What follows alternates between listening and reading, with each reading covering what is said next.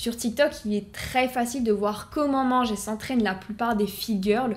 Donc finalement, vous n'avez qu'à faire la même chose pour avoir les mêmes résultats. C'est tout pour cette vidéo, j'espère qu'elle vous a plu et je vous dis non, je déconne. Je plaisante évidemment, c'est pas aussi simple que ça et pour preuve, j'ai beaucoup de personnes qui m'envoient des messages en me disant qu'elles mangent 1500 calories par jour sans observer la moindre perte de gras et prise de muscle sur leur corps.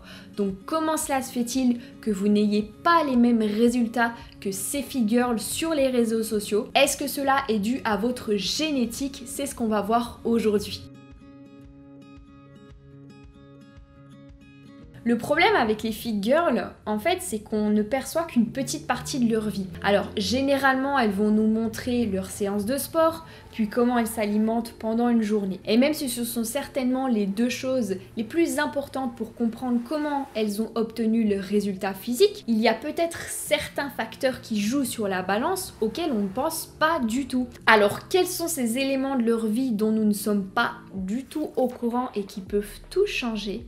Et est-ce qu'il y en a parce que finalement, c'est peut-être juste grâce à leur génétique qu'elles sont comme ça? Quel est leur secret en fait? Quoi de mieux que d'analyser le profil type d'une personne en surpoids en comparaison avec une personne en sous-poids? Pour comparer ces deux profils, j'ai choisi 2 de mes clientes en surpoids et 2 de mes clientes en sous-poids. On va commencer par comparer cet élève que nous allons appeler Louise avec cet autre élève que nous allons appeler Alix. Bien entendu, juste après, je vais vous montrer d'autres données très importantes que celles que je vous affiche maintenant, mais pour l'instant, on va uniquement se concentrer sur ce qu'elle mange. Pour l'instant, je ne vais pas vous dire laquelle est en surpoids et laquelle est en sous-poids, je vais vous laisser deviner. Alors avant de commencer, sachez juste qu'il n'y a absolument aucun jugement de ma part, hein. J'adore ces personnes, mon but est uniquement d'essayer de vous faire avancer avec cette vidéo. Alors en ce qui concerne Louise, on peut voir qu'elle mange 2600 calories par jour en moyenne contre 1700 pour Alix, sachant que les filles mangent ainsi depuis plusieurs semaines, ça ne date pas d'hier, hein. J'ai fait exprès de prendre une semaine qui est très représentative de ce qu'elles mangent habituellement parce que sinon ça serait pas du tout intéressant. Forcément, quand on a un apport calorique assez important, on va avoir plus de facilité à consommer beaucoup de protéines, alors que quand on mange peu, c'est plus difficile. Donc c'est aussi ce qui va expliquer pourquoi Louise mange plus de protéines qu'Alix. Ça reste un macronutriment qui est peu présent dans la plupart des aliments, comparé aux glucides et aux lipides, à moins que vous soyez un fan inconditionnel de viande. Donc même si Judith mange beaucoup plus de calories qu'Alix, Judith consomme vachement plus de calories qui ont un effet thermique élevé. Et qu'est-ce que l'effet thermique d'un aliment? Eh bien ce sont simplement les calories dont le corps a besoin pour digérer celui-ci. Alors par exemple l'eau, c'est un aliment qu'on peut appeler, même si c'est pas vraiment un aliment, à calories vides, puisque le métabolisme va dépenser plus de calories pour digérer l'eau que ce qu'elle n'en apporte. J'ai plus les chiffres exacts en tête. Je crois qu'on utilise à peu près 20 à 50 calories pour digérer 1 litre d'eau. Ça veut pas dire qu'il faut que vous buviez 10 litres d'eau, hein, je vous le déconseille, ça peut être très dangereux. Et les protéines, elles, ont une dépense énergétique associée à leur consommation d'environ 30%. Les glucides seulement 10% et les graisses seulement 3%.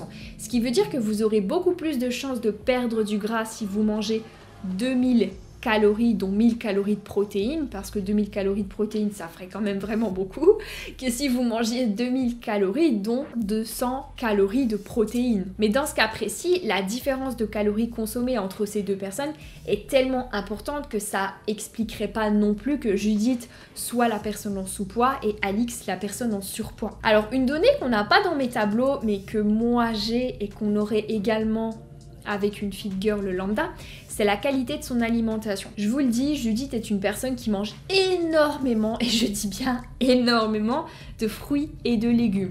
Alors qu'Alix a une alimentation beaucoup plus industrielle, beaucoup plus lambda finalement. Alors je suis pas là pour dire que c'est bien ou pas bien, là c'est pas la question et c'est pas le but de la vidéo. Ici je vous donne simplement des faits. Le fait est que les fruits et légumes, surtout s'ils sont crus, ont un effet thermique très élevé puisqu'en effet le corps a besoin de plus d'énergie pour digérer les aliments bruts. Donc si on ajoute à ça le fait que Judith mange beaucoup de protéines, on peut en déduire que son métabolisme dépense quand même pas mal d'énergie lors de sa digestion comparé à Alix. Mais encore une fois, peut-être pas au point où cela expliquerait que Judith soit la personne en sous-poids, bien que les aliments bruts favorisent la perte de poids pour d'autres raisons, notamment pour éviter les carences. puisque si vous consommez des aliments bruts, vous allez avoir beaucoup plus de vitamines, de minéraux, de micronutriments, etc. Et si vous avez des carences, vous risquez d'être plus fatigué, donc de dépenser moins de calories, etc. etc. Donc il y a aussi d'autres bénéfices pour une perte de poids à consommer des aliments bruts. Je vous montre 2 dernières données avant de vous apporter la réponse que vous attendez beaucoup, je pense. Judith est une personne qui, comme on peut le voir, mange énormément le soir, alors qu'Alix répartit ses calories tout au long de la journée. Donc on verra juste après si ça a un impact. Et enfin, Judith fait 4 séances par semaine et Alix 3, donc finalement ce qui n'est pas si différent. Alors, sachez que ces données que je viens de vous donner, ce sont celles qu'on obtiendrait d'une influenceuse fit girl. Généralement, on n'aura pas beaucoup d'informations les concernant. Eh bien, Judith est la personne en sous-poids et Alix, celle en surpoids. Je sais que ça peut paraître très étonnant, mais comme quoi vous pouvez manger beaucoup moins qu'une fit girl, vous entraîner de la même manière sans perdre un seul pet de graisse. Donc maintenant, on va tenter d'expliquer cette énorme différence en allant un petit peu plus en profondeur. Donc là, on a une semaine type pour ces 2 personnes, c'est-à-dire qu'il n'y a absolument rien d'exceptionnel comparé aux autres semaines. Encore une fois, j'ai pris une semaine très représentatif par rapport à ce qu'elles font d'habitude. On peut voir qu'elles ont toutes les 2 une énergie qui est quand même assez basse. Alors juste pour précision, ça c'était la semaine 1, donc vraiment la semaine où elles sont arrivées avec moi, la première semaine de coaching. Mais surtout, Alix a une énergie basse, ce qui peut expliquer qu'au quotidien, elle dépense peu de calories. Donc ça peut quand même avoir un gros impact. Et ça se voit d'ailleurs très bien sur le nombre de pas, puisque elle marche très peu. Tandis qu'on a une Judith qui est hyper active, comme elle le sait déjà.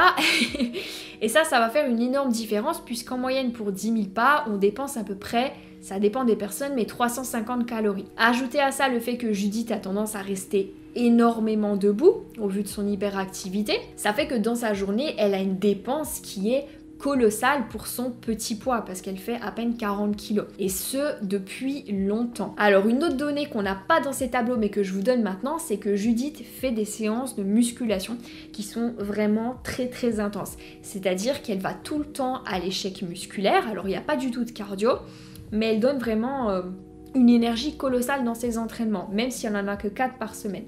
Donc forcément, ça rajoute une sacrée dépense. Et en ce qui concerne Alix, elle a des séances qui sont quand même moins traumatisantes. Elle s'entraîne dur, hein, mais quand même moins intensément que Judith, et notamment à cause de sa fatigue. Même si cette semaine-là, ça n'est pas flagrant, Alix est quelqu'un qui généralement est plus stressé que Judith.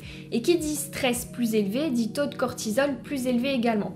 Alors à faible dose, le cortisol favorise la perte de graisse puisqu'il augmente votre dynamisme, la force des contractions de votre cœur, son rythme. Mais lorsqu'il est produit en excès, il va diminuer votre production d'hormones thyroïdiennes et augmenter votre leptine qui est votre sensation de faim. Ce qui fait qu'en fait, vous aurez beaucoup plus envie de manger. Bien que le stress puisse avoir l'effet inverse chez certaines personnes.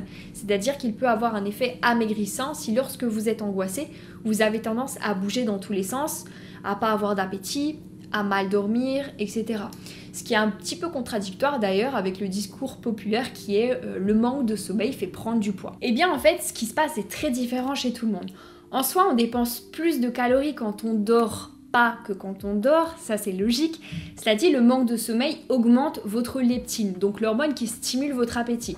Ce qui veut dire que vous serez davantage amené à avoir un surplus de calories puisque vous aurez beaucoup plus envie de manger. Sans parler du fait que lorsque vous êtes fatigué, vous dépensez moins la journée, logique. Et tout ça, ce sont des phénomènes qui se produisent chez tout le monde, mais de façon plus ou moins importante. Et c'est ça qui fait que le manque de sommeil va soit vous faire prendre du poids, soit vous en faire perdre, ou bien aucun des deux. Et en ce qui concerne le reste, ce sont des données qui n'impactent pas directement leur poids, mais plutôt leur psychologie, parce qu'évidemment, mon but est aussi que mes élèves se sentent mieux dans leur tête. Quoique avoir un bon moral, il faut quand même le préciser, ça a quand même son importance. Parce que s'il y a des choses qui ne vont pas dans votre vie, vous serez davantage préoccupé par celles-ci que par le fait de mettre toutes les actions en place nécessaires pour perdre du gras. Vous serez moins motivé à aller à l'entraînement, à bien manger, etc. etc. Donc ça a quand même de l'importance au final. Ce qu'il faut absolument éviter de faire, c'est de tomber dans le cercle vicieux de je me sens pas bien dans ma vie, donc je ne fais pas attention à mon alimentation, donc je me sens encore moins bien dans ma vie parce que j'ai pris du poids. Je vous donne une dernière donnée avant de passer à la suite parce que j'en ai parlé vite fait juste avant. Alors on peut constater avec ces deux exemples que la répartition des calories a très peu d'importance en fait. Peu importe que vous fassiez 2 ou 6 repas, à partir du moment où vous consommez les mêmes aliments et les mêmes calories. Et d'ailleurs, il y a plein d'études qui l'ont déjà démontré. Maintenant, on va comparer 2 autres bilans qui n'ont absolument rien à voir, sinon ça serait pas très intéressant. Ici, on a aussi quand même une personne en surpoids et une personne en sous-poids que nous allons appeler Agathe et Louise. Alors comme tout à l'heure, je ne vais pas vous dire qui est qui. Comme vous pouvez le voir, je me suis complètement emmêlée dans les prénoms parce que c'est pas le vrai nom de mes clientes. En tout cas, partez du principe que les personnes que je vous présente ici sont complètement différentes des précédentes. Agathe consomme en moyenne 1700 calories tandis que Louise 2100 et toutes les deux ont un bon apport en protéines comme vous pouvez le voir. Donc pour l'instant, il n'y a pas d'énorme différence entre ces deux filles. Bien que 400 calories de plus ou de moins sur la durée, ça fait quand même une belle différence. En sachant qu'Agathe s'entraîne 4 fois dans la semaine et Louise 3 avec à peu près la même intensité pour ces deux personnes. Maintenant, quand on regarde leur bilan, on peut voir qu'il n'y a pas beaucoup de différence.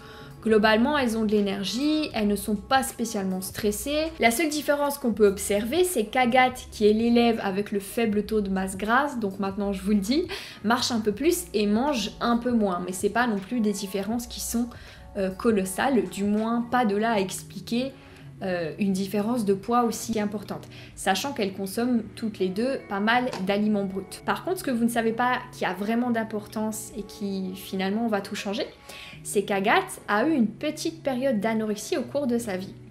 Tout comme Judith d'ailleurs. Et lorsqu'on est atteint d'anorexie, on va avoir tendance à développer plein de petits comportements plus ou moins conscients, j'en avais parlé dans ma dernière vidéo, qui vont nous aider à garder le contrôle sur notre poids. Des comportements que je ne peux pas tous référencer tellement il y en a, mais par exemple ça va être le fait de rester debout toute la journée, le fait de contracter les abdos toute la journée, etc. etc. Alors généralement au début ce sont des comportements dont on a conscience, mais à force de les expliquer, ils deviennent des vrais mécanismes dont on a du mal à se détacher. Même une fois qu'on est sorti de l'anorexie, parfois ils continuent à être là, à être présents pendant des années et ce de façon plus ou moins importante en fonction des personnes. Mais le fait est que souvent on va contracter, comme je vous le disais, les abdos toute la journée, on ne va jamais s'asseoir, on va se lever très tôt parce que dès qu'on est réveillé et qu'on se lève pas, on va culpabiliser. Et en fait, ce sont des éléments qui, dit comme ça, semblent avoir peu d'importance, mais qui, lorsqu'ils sont accumulés, peuvent faire une réelle différence. Et enfin, il y a une dernière donnée que vous n'avez pas, mais que moi j'ai, et qui a certainement encore plus d'importance que celle-ci. Comme vous pouvez le voir, Judith ne mentionne pas les calories qu'elle mange le week-end parce que contrairement à Agathe, il y a quelque chose qu'elle fait différemment à ce moment-là. Et qu'est-ce que c'est? Eh bien, pendant ces 2 jours et demi, elle a des obligations sociales, c'est-à-dire qu'elle mange les mêmes repas que sa famille puisqu'elle va dans sa famille. Et quels sont les repas qu'on cuisine souvent dans les familles françaises? Eh bien, ça va être souvent des recettes cuisinées au beurre, des viandes en sauce, des plats avec beaucoup de crème, etc. Par exemple, l'autre jour, elle me disait qu'elle avait mangé des pâtes au beurre avec des cordons bleus. Alors, ce sont des repas qui peuvent tout à fait composer une alimentation équilibrée, qu'on soit d'accord. Mais vu qu'ils sont riches, on peut très vite se retrouver en surplus de calories. Certes, peut-être que la semaine, elle est en déficit, et c'est bien l'objectif d'ailleurs. Mais si du lundi au vendredi, elle a un petit déficit de 250-300 calories, il est extrêmement facile de rattraper ce déficit le week-end si elle ne compte pas ses apports caloriques. Donc finalement, plus vous faites d'écart, plus vous risquez de ralentir votre perte de poids. Et alors le truc, c'est que faire un gros déficit du lundi au vendredi ne serait pas forcément la solution, parce que le week-end, il y aurait des chances qu'elle craque beaucoup, qu'elle compense tout ce déficit de la semaine. Donc qu'est-ce que tout ça veut dire? Il y a une chose à laquelle vous devez faire très attention. Il est possible qu'après tout ce que je viens de vous dire, vous vous dites que rien ne justifie que vous ayez un corps aussi différent que la fit girl que vous admirez. Peut-être, en fait aussi, qu'elles mangent beaucoup moins que ce qu'elles vous dévoilent. Peut-être qu'elles ont constamment froid, qu'elles sont constamment fatiguées, qu'elles ont faim entre les repas, qu'elles n'ont pas de vie sociale. Et peut-être qu'elles n'oseront pas vous dire qu'elles mangent 1400, 1500 calories, parce que sinon elles savent très bien qu'elles vont se faire lyncher dans les commentaires. Alors oui, certaines personnes ont plus de facilité que d'autres à rester minces, à cause de leur génétique, et ça on va en reparler. Mais croyez-moi que pour être sèche comme Sissi Mua, je la cite parce que très souvent c'est un peu le modèle de mes clientes, peu importe votre génétique, il va falloir faire des efforts, et pas qu'un peu. Signez quelqu'un qui fait énormément de cardio pour rester un minimum sèche. Dans tous les cas, aucun individu n'est résistant à la perte de graisse au point où il n'est pas possible d'en perdre. N'importe qui mange 200 calories sur la durée finira par mourir de faim, sinon il n'y aurait pas de souci de famine dans le monde. Mais il est vrai par contre que certaines personnes auront plus de difficultés à rester sèches, notamment à cause de tous les éléments que je vous ai cités dans cette vidéo. Vos contraintes sociales, votre stress, votre manque de sommeil, votre métier qui vous contraint peut-être à rester assis toute la journée, etc., etc. Donc finalement, ce qui peut expliquer une réelle différence entre le corps que vous avez et le corps de votre fit girl préférée, ce sont tous ces petits éléments qui, mis bout à bout, peuvent faire, encore une fois, une réelle différence. Et plus on les accumule, plus la différence risque d'être grande. Maintenant, à quel point votre génétique peut limiter votre perte de poids? Est-ce que les besoins caloriques de deux individus qui ont exactement le même profil et le même mode de vie peuvent être très différents? Est-ce que certaines personnes seraient obligées de manger très peu pour rester minces? Eh bien, c'est ce qu'on va voir dans une prochaine vidéo parce que celle-ci commence à être un petit peu longue et je vous dis à très vite, restez connectés, elle sort très bientôt, ciao!